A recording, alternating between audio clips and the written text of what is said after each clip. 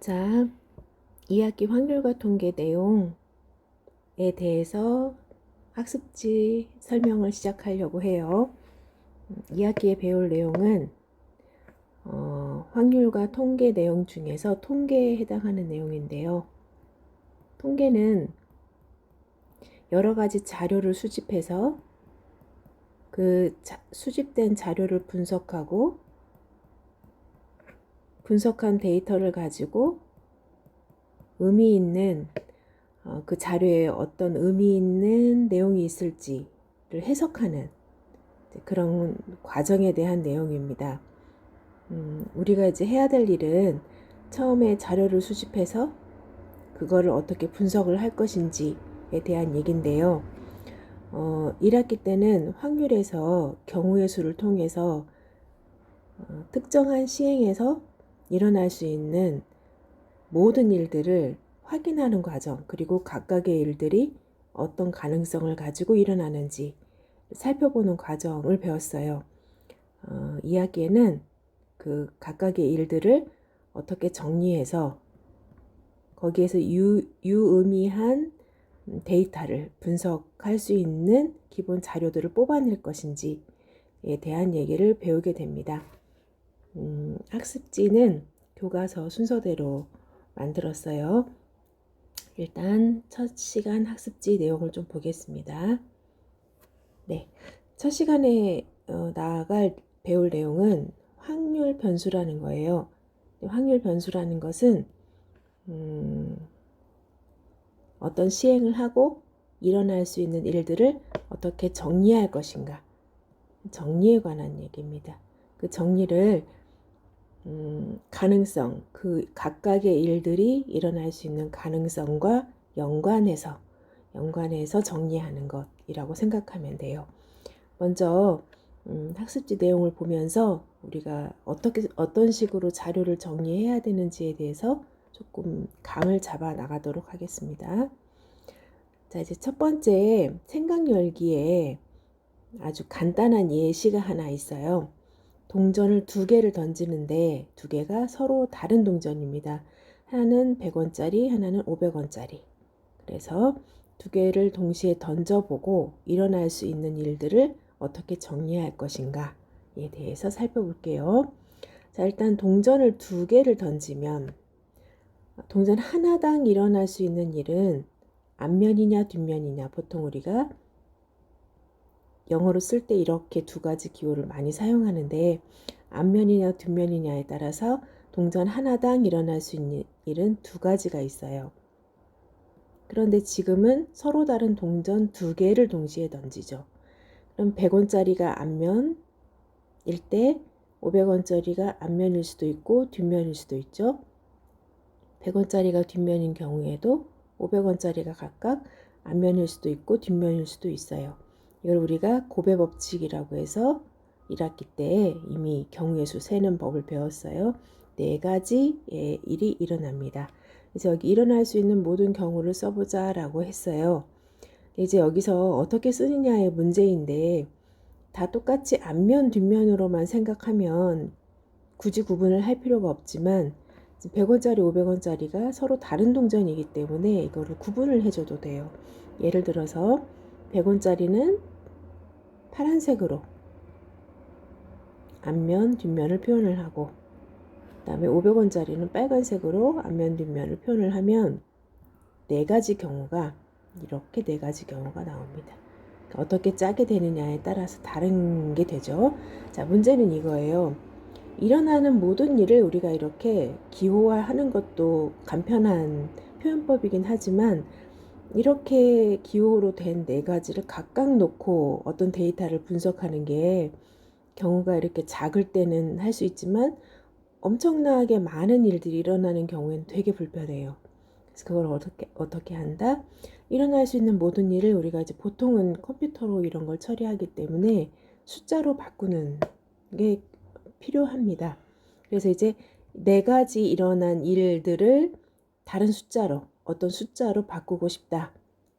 그러면은 어떤 식으로 숫자를 대응시키는 게 의미가 있겠느냐라고 지금 물어보는 거예요. 그래서 그러면은 예를 들어서 둘 다 앞이다. 그런데 100원짜리, 500원짜리가 둘 다 숫자가 이제 보인다. 그러면 예를 들어서 첫 번째는 둘 다 숫자가 보이니까 두 개의 숫자를 더하자. 600이라고 쓸 수 있겠죠. 얘는 100원짜리는 앞면이 보이고 숫자가 보이고 500원짜리는 그림이 보인다. 그럼 얘는 100원짜리 숫자만 보이니까 이걸 100이라고 표시하면 그러면 뒷면은 그림이겠구나 라고 짐작할 수 있는 거죠. 그럼 얘는 거꾸로 100원짜리가 그림이고 500원짜리가 숫자니까 500이라는 숫자로 바꿀 수가 있고 마지막 숫자는 0이라는 숫자로 바꿀 수가 있어요.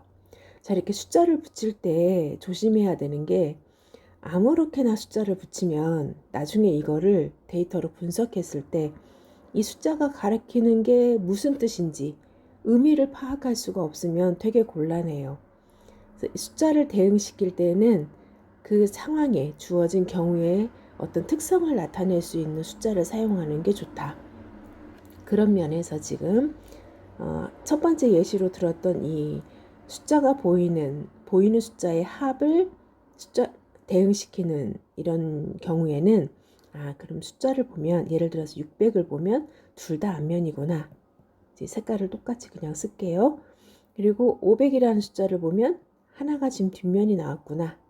그죠? 근데 500원짜리가 앞면이고 100원짜리가 뒷면이구나. 이 숫자만 봐도 그 상황이 어떤 상황인지 짐작할 수 있다는 거죠. 100원짜리도 마찬가지고요. 그리고 0이라는 숫자도 마찬가지로 이 상황이 어떤 상황인지를 우리한테 주는 의미가 있다는 거죠. 자, 그런데 이제 600, 500, 100, 0이라는 숫자가 이 동전 서로 다른 두 개를 던졌을 때 각각 일어날 수 있는 가능성이 지금은 다 똑같아요. 4개 중에 하나씩이죠. 4분의 1, 4분의 1 이런 식으로. 자, 여기 4분의 1 4개가 있어요. 그러면 모두 합하면 4개 중에 4가지니까 1이 나오죠. 자, 이 1이라는 숫자가 되게 중요한데 앞으로는 이거는 내가 모든 경우를 다 데이터로 바꿨다. 숫자로 대응시켰다. 라는 거를 뜻해요. 만약에 이걸 다 합해봤는데 1이 안 나왔다. 그럼 내가 뭔가를 빠뜨린 거죠. 빠뜨리지 않고 확실하게 모든 게 여기 다 나왔다는 거를 이 1이라는 숫자를 통해서 확인할 수가 있어요. 자, 그런데 다시 생각해 봅시다. 숫자를 꼭 이렇게만 대응시킬 수 있느냐? 그건 아니라는 거예요. 다른 방법으로도 또 숫자를 대응시킬 수가 있는데 예를 들어서 앞면의 개수로 그냥 대응시키겠다. 만약에 이렇게 규칙을 정하면 H는 이제 똑같은 색깔로 쓸게요. 둘 다 앞면이 나온 경우에는 얘네 둘이 뭐 100원, 500원 이렇게 숫자는 써 있겠지만 그걸 따지지 않고 그냥 둘 다 앞면이다 라고 해서 2라는 숫자에 대응시킬 수 있다는 거죠. 자, 2라는 숫자를 보면 둘 다 앞면이다 라는 상황을 짐작해 볼 수가 있어요. 이것도 의미 있게 숫자를 붙인 거죠. 반면에 HT와 TH는 원래는 두 개가 동전이 금액이 다르니까 서로 다른 경우라고 볼 수도 있지만 이 두 가지 경우는 지금 공통점이 둘 중에 하나만 앞면이다라는 공통점이 있어요. 그 공통점에 집중을 해서 얘네들을 전부 다 1이라는 숫자에 대응시키겠다. 그럼 우리는 1이라는 숫자를 보면은 둘 중에 하나는 앞면이겠구나. 어느 게 앞면인지는 지금 구분을 굳이 하지 않는 상황인 거예요. 그리고 만약에 둘 다 뒷면이다 그러면 이때는 0이라는 숫자에 대응을 시켜주는 거죠. 이렇게 해도 대응이 된다는 거예요. 그리고 그 숫자가 의미하는 바를 우리가 생각해낼 수 있다. 그리고 각각의 확률이 지금 다 있는데 2라는 숫자와 0이라는 숫자는 4개 중에 하나니까 다 4분의 1씩의 가능성으로 일어나고 있어요. 그런데 1이라는 숫자는 4개 중에 2개에 해당하는 4분의 1이라는 가능성을 가지고 일어나고 있죠. 자, 이렇게 확률 변수라는 것은 일단 시행을 하고 일어날 수 있는 모든 일을 찾아서 그 모든 일을 숫자로 바꾸는 거다. 여기가 표본 공간이죠. 일어날 수 있는 모든 일. 표본 공간에 있는 모든 각각의 근원 사건에 일정한 숫자로 바꿔서 그거를 숫자로 데이터화하는 작업이라고 하면 돼요. 숫자를 하나씩 대응시켜 주는 거, 이게 바로 확률 변수입니다. 자, 왜 확률이라는 말이 들어갔느냐? 변하는 숫자니까 변수다라는 말은 금방 이해가 되는데, 확률이라는 말은 우리가 지금 표본 공간에 있는 각 근원 사건에 숫자를 부여했기 때문에 그 숫자가 나타날 수 있는 가능성이 다 달라요. 그죠? 다 똑같은 경우도 있지만 숫자를 부여하는 방식에 따라서 어떤 거는 뭉뚱그려지니까, 그래서 이게 확률이 다 나중에 다 따라 나오게 돼 있어요. 이 각각의 숫자에. 그래서 확률 변수라고 부릅니다. 네. 내용을 더 정리하기 전에 한 가지 더 확인을 하고 넘어갈게요. 같은 동전을 두 번 던지는, 자, 아까는 서로 다른 동전이었어요. 같은 동전을 두 번 던지는 경우에 어떻게 숫자를 정하는 것이 좋을까? 자, 같은 동전을 두 번 던지면 이때는 경우의 수가 몇 개 나올까요? 같은 동전을 두 번 던진다고 했으니까 한 번, 첫 번째, 두 번째 이렇게 따지는 거죠. 이때는 경우를 어떻게 세야 되냐면 첫 번째 무엇이 나오느냐, 그리고 두 번째 무엇이 나오느냐를 따져야 돼요. 그럼 첫 번째 앞면이 나왔을 때 두 번째 나올 수 있는 거 두 가지죠. 첫 번째 뒷면이 나왔을 때도 나올 수 있는 게 두 가지예요. 이때도 첫 번째 두 가지와 두 번째 두 가지를 곱해서 총 네 가지의 경우가 생기죠. 네. 그럼 이거는 서로 다른 두 개의 동전을 던지는 거랑 경우의 수가 같아요. 이거를 확인하기 위해서 비슷한 문제를 한 번 더 해봤습니다. 자, 그럼 이제 이 네 가지 경우에 어떻게 숫자를 부여하는 게 좋은가? 그건 이제 정하기 나름이죠. 정하기 나름이에요. 제일 간편한 게 앞면의 개수이긴 해요. 앞면의 개수처럼 아까처럼 2, 1, 0으로 숫자를 부여를 해주면 이런 식으로 숫자가 부여가 되겠죠. 네, 지금은 같은 동전을 두 번 던지는 것과 서로 다른 두 개의 동전을 동시에 던지는 게 경우의 수가 같다는 거, 그리고 숫자를 부여하는 방식은 규칙을 정하기 나름이지만 그 각각의 숫자가 나올 수 있는 가능성이 다 다르다는 것까지 확인을 해봤어요. 자, 여기까지 얘기한 내용을 정리를 해볼게요. 자, 이렇게 어떤 시행을 하고, 자, 시행을 뭐 이거 했다 저거 했다 하는 게 아니라 한 가지 시행에서 그럼 나올 수 있는 표본 공간에 근원 사건이 여러 개가 있어요.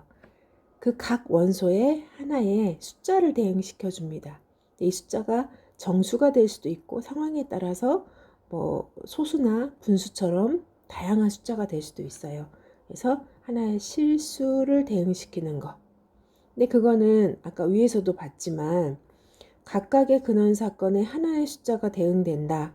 근데 그 숫자가 같은 숫자일 수도 있다. 하지만 모든 근원 사건에는 숫자가 하나씩 대응된다. 이게 바로 뭐냐면 함수 관계죠. 그래서 표본 공간의 각 원소에 하나의 실수가 대응되는 함수, 이거를 확률 변수라고 합니다. 그렇죠? 그럼 여기서 이제 정의역은 뭐가 되냐? 이 시행을 해서 일어나는 표본 공간의 모든 원소, 그러니까 표본 공간 자체, 표본 공간이 하나의 집합이죠. 그게 정의역이 되고, 공역은 어떤 값이라도 될 수 있어요. 그래서 공역은 실수 전체로 잡습니다.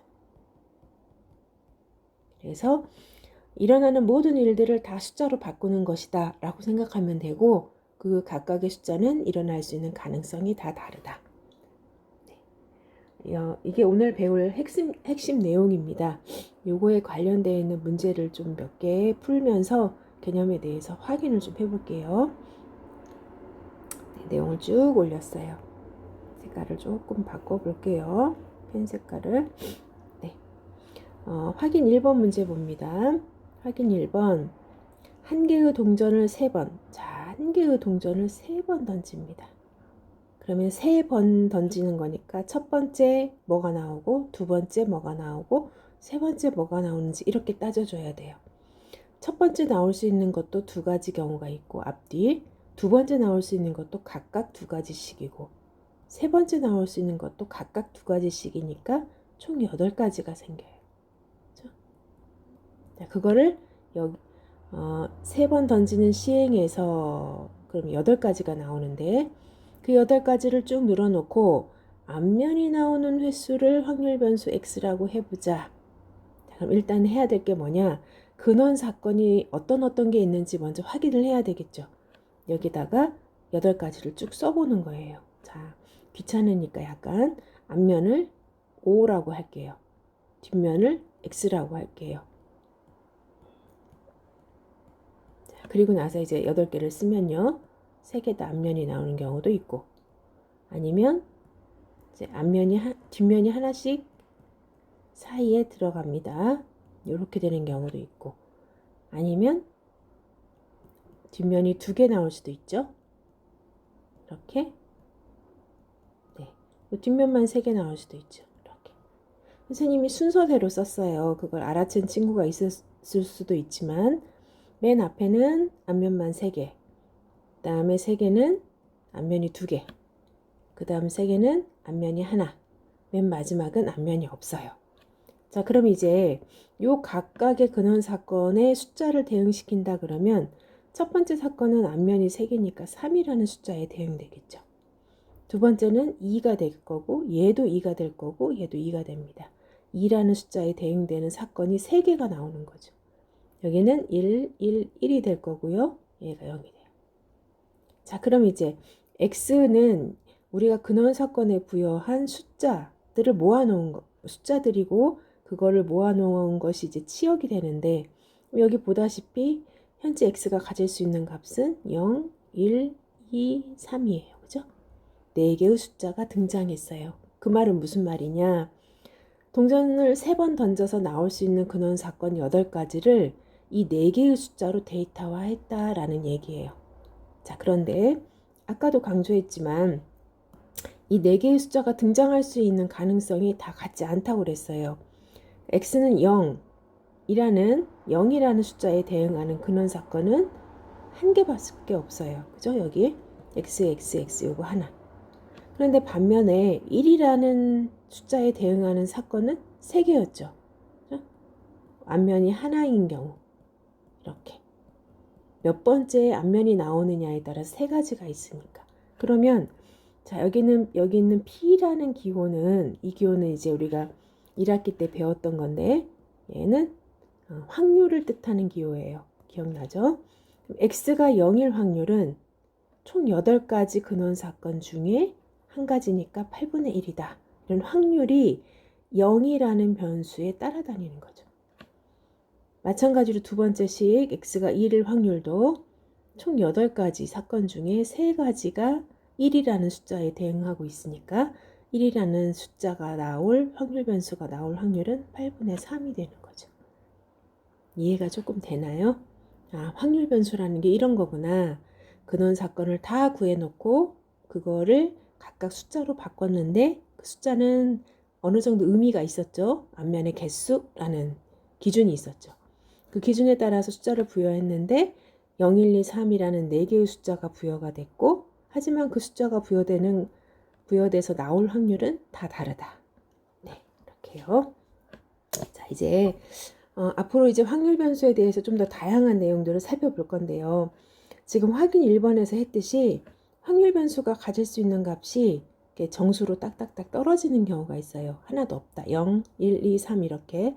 그런 경우도 있지만 아닌 경우도 되게 많아요.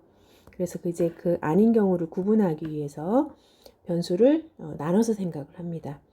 뭐 개수가 몇 개인지는 별로 중요하지 않고 셀 수 있냐 없냐. 셀 수 있는 확률 변수인 경우에는 우리가 하나, 둘, 셋, 넷 떨어지는 것을 이산 확률 변수라고 해요. 이산 가족할 때 떨어진다, 셀 수 있다 이렇게 생각하면 되고요. 반면에 이렇게 딱딱 떨어지는 값을 갖지 못하는 경우가 있어요. 그냥 일반적으로 모든 실수의 값을 갖는 셀 수 없는 경우, 셀 수 있으면 이산 확률 변수고 셀 수 없는 경우에는 연속 확률 변수라는 말을 써요.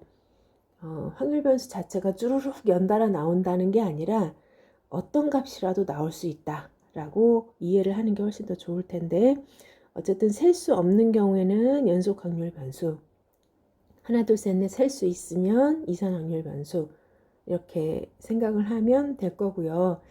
그 이제 이산 확률 변수가 셀 수 있다 그러니까 자연수만 되냐라고 생각할 수도 있는데 음수, 음의 정수 이런 것도 됩니다. 네. 그런 경우는 근데 많이 등장하지 않기 때문에 혹시라도 이제 등장하게 되면 그때 이제 다시 한번 언급을 할게요. 자, 그럼 이제 어떤 변수인지만 잠깐 확인하는 문제 한두 개 풀어봅시다. 다음 시행에서 표본 공간을 구하고 확률 변수 x가 어떤 것인지 어떤 것이라는 거는 이산이냐 연속이냐 이걸 물어보는 거예요. 자, 볼링공을 계속 굴리는 시행에서 스트라이크를 성공할 때까지 공을 굴린 횟수 그걸 확률 변수 x라고 하겠대요. 그럼 이제 우리가 이제 이런 상황은 이제 좀 드물게 보는 상황이긴 한데 표본 공간이 어떤 것일지를 생각을 해야 되겠죠. 스트라이크가 나왔다. 그럼 성공, success S라고 하고요. 스트라이크가 안 나왔다. F, fail, 실패 이렇게 합시다. 아, 선생님이 볼링을 잘 모르긴 하는데요. 원래 진짜 볼링 게임에서는 공을 한번 굴린 다음에 스트라이크가 안 나오면 핀이 몇 개 남아 있으면 그 핀을 다시 공을 굴려서 나머지 핀을 제거할 때까지 또 던진다라고 알고 있어요. 네, 지금 여기는 문제를 만들기 위해서 상황을 가져온 거기 때문에 그냥 스트라이크가 나오면 그걸로 스트라이크가 된 거고 공을 던졌는데 스트라이크가 안 나왔다? 또 던지는 게 아니라 그냥 실패한 걸로 하고 다시 핀을 전체를 다시 세팅을 하는 거로 생각해 주면 되겠어요. 자, 그럼 이제 표본 공간을 어떻게 봐야 되느냐. 제일 좋은 거는 첫 번째, 굴리자마자 성공한 거죠. 이렇게 첫 번째. 그럼 얘는 굴리자마자 성공했기 때문에 한 번 굴렸어요. 그죠? 그러면 x 숫자로 바꾸면 1이 되겠죠. 네, 그렇지 못하고 실패했어요. 두 번째 성공할 수도 있죠. 두 번째에도 실패를 하고 세 번째 성공할 수도 있어요. 그죠? 이런 식으로 앞에는 계속 실패를 한 다음에 그 다음에 성공을 한 거를 계속 생각해 보면 이거에 이 근원 사건의 끝이 있을까요? 이론적으로 끝이 없죠. 그죠? 상상할 수 있을 만큼 계속 실패할 수도 있으니까. 자, 그러면 내가 만약에 이거를 전부 다 숫자로 바꾼다고 치면 첫 번째는 1이 될 거예요. 첫 번째에 성공했으니까. 얘는 2가 되겠죠? 두 번째에 성공했으니까. 그 다음은 3이 되겠죠. 그 다음은 4가 되겠죠? 끝이 없겠죠. x가 가질 수 있는 값은 무한개입니다. 이론상으로는요. 무한번 공을 굴리고 있을 수는 없겠지만 이론상으로는 무한개예요. 하지만 무한개일지라도 하나, 둘, 셋, 넷 셀 수 있어요. 그럼 이거는 이산확률 변수입니다. 무한개냐 유한개냐가 중요한 게 아니라 셀 수 있다. 이게 중요합니다. 그래서 이런 경우에는 이산확률 변수라고 하죠. 자, 지금 앞에 내용이 많아서 뒤로 조금 넘어갔어요. 뒤로 계속 연이어서 내용을 보겠습니다. 자, 7분 간격으로 도착하는 어느 버스를 기다리는 시간. 자, 버스는 7분 간격으로 옵니다. 버스를 기다리는 시간을 측정하는 시행에서 그럼 이거는 이제 생각을 해봐야 돼요. 표본 공간을 어떻게 생각해야 되냐. 시간의 축이 여기 있다고 대략 생각해 봅시다. 버스가 도착해서 출발했어요. 도착을 했어요. 그리고 다음 버스는 7분 후에 다시 도착하겠죠. 그리고 또 다음 버스가 7분 후에 도착하겠죠. 이런 상황이에요. 그러면 이제 버스를 기다리는 시간이라는 것은 이제 정거장에 버스를 타러 온 사람이 예를 들어서 이 정도에 도착했다. 2분 후에 도착을 했다. 그럼 이 사람은 기다리는 시간이 5분이 되는 거죠. 만약에 한 이 정도에 도착을 했다? 그러면 1분만 기다리고 버스를 탈 수도 있죠. 그러면 이제 표본 공간을 어떻게 표현하느냐가 되게 애매하긴 하는데 기다리는 시간을 기준으로 생각을 해보면 어떤 사람은 기다리는 시간이 0일 것이고 어떤 사람은 기다리는 시간이 오자마자 버스가 떠났으면 7분일 것이고 이 도착하는 모든 사람들을 표본 공간으로 나타내야 돼요. 이거 되게 곤란하죠. 그죠? 하지만 x가 가질 수 있는 값을 써라. 그러면 이건 되게 명쾌해요. 그죠? x는 최소가 0이에요. 오자마자 버스를 타는 경우. 최대가 7이에요. 오자마자 버스가 출발해 버려서 7분을 기다리는 경우. 그죠? 그리고 그 사이에 시간이라는 건 셀 수가 없기 때문에 예를 들어서 1.5425초, 3.999987초 이런 것도 가능하잖아요. 이 사이에 있는 어떤 실수라도 가능합니다. 좀 다른 걸 확실히 느끼겠죠. 아까 1번이랑. 얘는 연속 확률 변수입니다. 어떤 실수라도 가능하다. 그 사이에 있는 어떤 값이라도 나올 수 있다. 셀 수가 없다. 하면은 연속 확률 변수입니다. 자, 여기까지가 오늘 배울 주요 개념이에요. 그 다음에 있는 문제들은 여러분이 혼자서 풀어볼 수 있는 문제들로 구성을 했어요. 한번 풀어보시고 잠시 후에 그거의 답을 확인을 하겠습니다. 잠시만 쉴게요. 네, 문제를 좀 풀어보셨나요? 그러면 이해를 잘 했는지 한번 푼 내용을 확인을 해보도록 하겠습니다. 먼저 상황을 좀 분석해보죠. 파란 공 4개와 빨간 공 5개가 들어있는 주머니에서 임의로 4개의 공을 꺼낸다. 네, 이렇게 아무 별다른 말이 없잖아요. 그냥 임의로 4개의 공을 꺼낸다 라고 했으면은 이건 동시에 꺼낸다고 생각하면 돼요. 임의로 동시에 4개의 공을 꺼내는 겁니다. 꺼낸 빨간 공의 개수를 확률 변수 x를 하자 이렇게 돼 있어요. 자, 그러면 주머니 안에 파란 공 4개와 빨간 공 5개가 들어 있습니다. 공이 보이진 않아요. 우리는 파란 공 4개가 색깔은 다 똑같지만 사실은 얘네가 서로 다 다른 거라고 생각을 해야 돼요. 4개니까요. 각각의 개체만큼의 가능성, 나올 가능성이 있는 거죠. 반면에 빨간 공도 마찬가지입니다. 5개가 색깔은 같지만 서로 다 낱개이기 때문에 서로 다 다른 개체로 활동한다고 생각을 해야 돼요. 그러니까 5개 각각의 구분 번호가 있다고 생각하는 게 가장 경우의 수를 세기가 좋아요. 자, 일단 그러면 이 문제에서는 표본 공간 S를 어떻게 봐야 되느냐. 공이 4개가 나오는 상황. 몇 개 중에서 9개 중에서 총 9개 중에서 4개를 고르는 상황이 이게 바로 일어날 수 있는 모든 경우의 수입니다. 자, 꺼낸다죠. 꺼낸다는 서로 다른 9개 중에서 자, 지금 번호가 있다고 생각하라고 했어요. 그래야만 각각의 가능성이 다 똑같이 반영이 될 수 있기 때문에 그 중에서 4개를 꺼내는 거. 요만큼의 전체적인 경우의 수가 생깁니다. 자, 계산을 해보면 조합 계산하는 거 잊어버리지 않았죠? 네, 약분을 먼저 하는 게 항상 편하다고 했어요. 그리고 이렇게 됩니다. 자, 곱해볼까요? 97에 63에다가 1을 곱하니까 126인가요? 와, 126개나 경우의 수가 있어요. 그러면 그걸 여기다가 다 쓰는 거는 불가능하겠죠.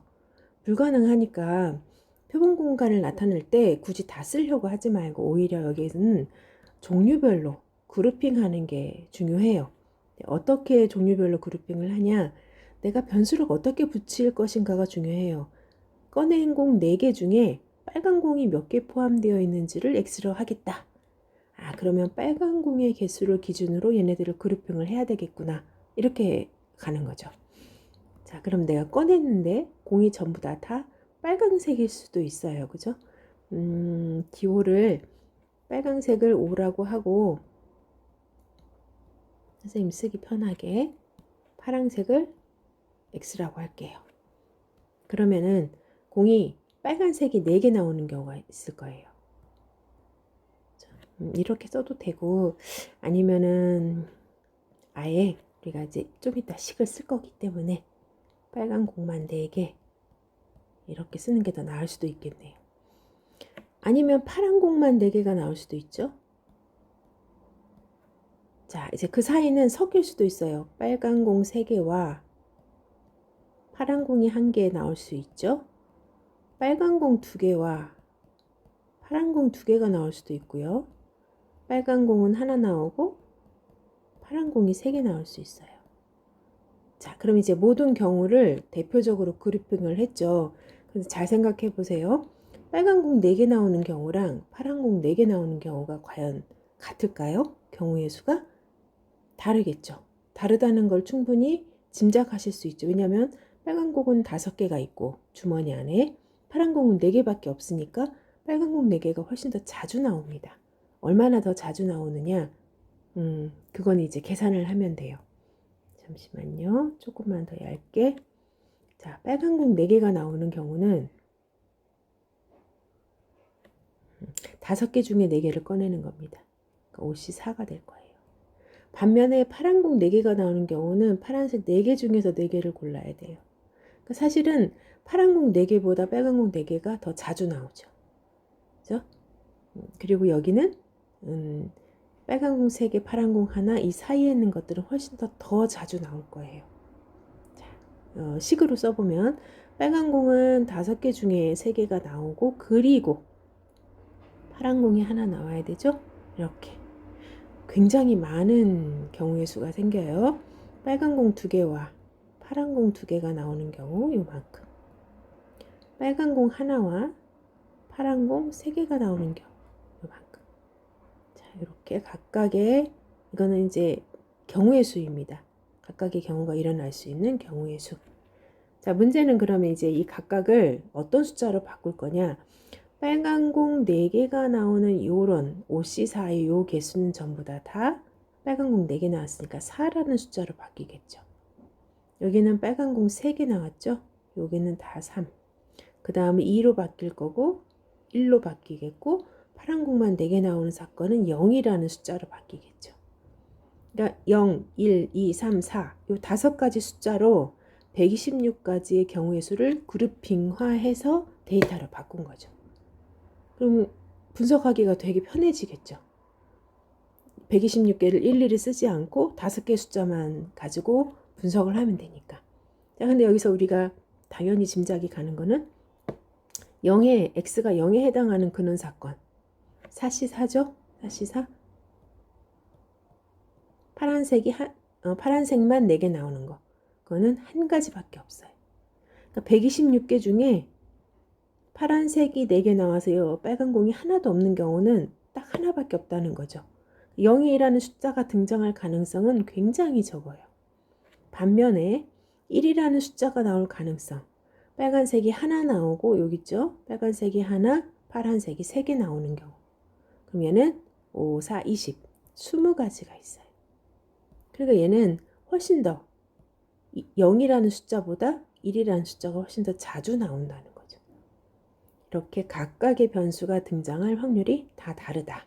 물론 계산을 하고 나면 항상 맨 마지막에는 끝까지 약분을 해줘야 돼요. 맞나요? 네, 이렇게. 자, 문제 1번 자기가 푼 거랑 맞았는지 확인을 해보시고요. 자, 다음 문제 2번은 다음 변수가 어떤 변수인지만 확인하면 돼요.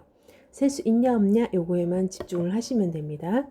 어느 지역에 1년 동안 내리는 강수량을 셀 수가 있나요? 그럴 순 없죠. 이거 범위가 어떻게 될지 모르지만 아마 일정 범위 내에 어떤 실수라도 될 수 있는 거잖아요. 당연히 셀 수는 없고요. 그럼 이건 연속 확률 변수입니다. 자, 어느 날 동물원에 입장객 수, 그날 동물원에 아무도 안 왔어요. 아니면 한 5명 왔어요. 아니면 30만 명이 왔어요. 아니면 더 많이 올 수도 있죠. 하지만 셀 수 있죠. 셀 수 있으면 뭐다? 이산 확률 변수다. 아무리 많아도 셀 수 있으면 이산 확률 변수다. 자, 10개의 동전을 던집니다. 앞면이 나온 동전의 개수, x가 가질 수 있는 값. 그러면 하나도 안 나올 수도 있고 하나 나올 수도 있고, 최대 동전의 앞면은 10개가 나올 수 있죠. 셀 수 있어요. 그럼 이산 확률 변수. 어느 공장에서 생산된 전구의 수명 몇 시간일지는 잘 모르지만 얘도 일정 범위 내에 뭐 수명이라는 게 1시간, 2시간 단위로 딱딱 끊어지는 게 아니니까 어떤 값이라도 될 수 있죠. 이런 거는 연속 확률 변수다. 자, 됐죠? 이렇게 구분하는 거, 셀 수 있냐 없냐 였습니다.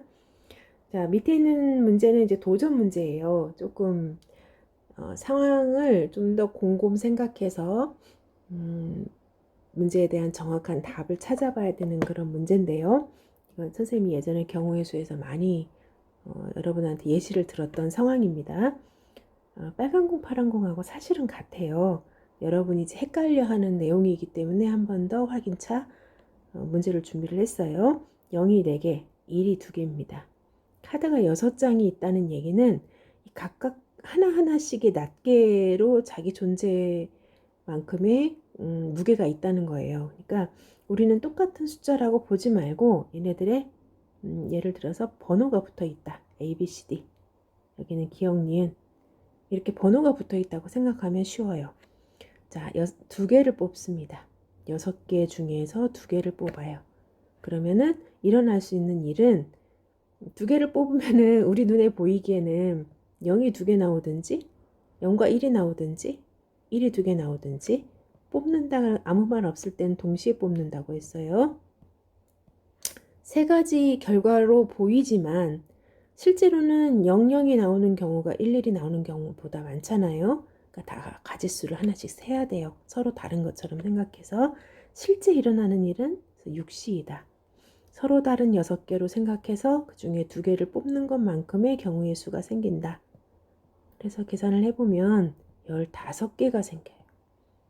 그 15개를 그룹핑해서 생각을 해보면 00은 사실은 서로 다른 4개 0 중에서 2개를 뽑는 경우입니다. 11은 똑같이 보이지만 서로 다른 2개의 1 중에서 2개를 뽑는 거예요. 얘는 한 번밖에 안 나오지만 얘는 6번이나 나와요. 그리고 0, 1이 훨씬 더 자주 나오죠. 0, 4개 중에 하나를 뽑고 1, 2개 중에 하나를 뽑으면 얘가 제일 자주 나와요. 이렇게. 그래서 어쨌든 확률 변수 x가 가질 수 있는 값은 두 카드에 적힌 숫자의 합을 확률 변수 x로 하기로 했어요. 그럼 0, 0이라는 숫자가 나오면 x값은 0이 되겠죠. 0, 1이라는 숫자가 카드가 2장이 나오면 1이라는 숫자로 바뀌는 거고요. 1, 1이라는 카드가 2장이 나오면 여기는 2라는 숫자를 부여받으면 되겠죠. 이렇게 합해서. 그래서 x가 가질 수 있는 값은 0, 1, 2, 3개다. 그런데 이 0, 1, 2, 3개가 나올 수 있는 가능성이 다 다르다. 우리 아까 여기서 경우의 수를 다 세봤죠. 얘는 6개, 0은 6개, 1은 8개, 2는 1개. 그러니까 확률이 여기는 15분의 6, 여기는 15분의 8, 여기는 15분의 1이다. 네, 이렇게 어떤 시행을 해서 일어날 수 있는 모든 근원 사건에 숫자를 부여하고 그 숫자가 나타날 수 있는 가능성을 따져보는 첫 번째 확률 변수 내용이었습니다.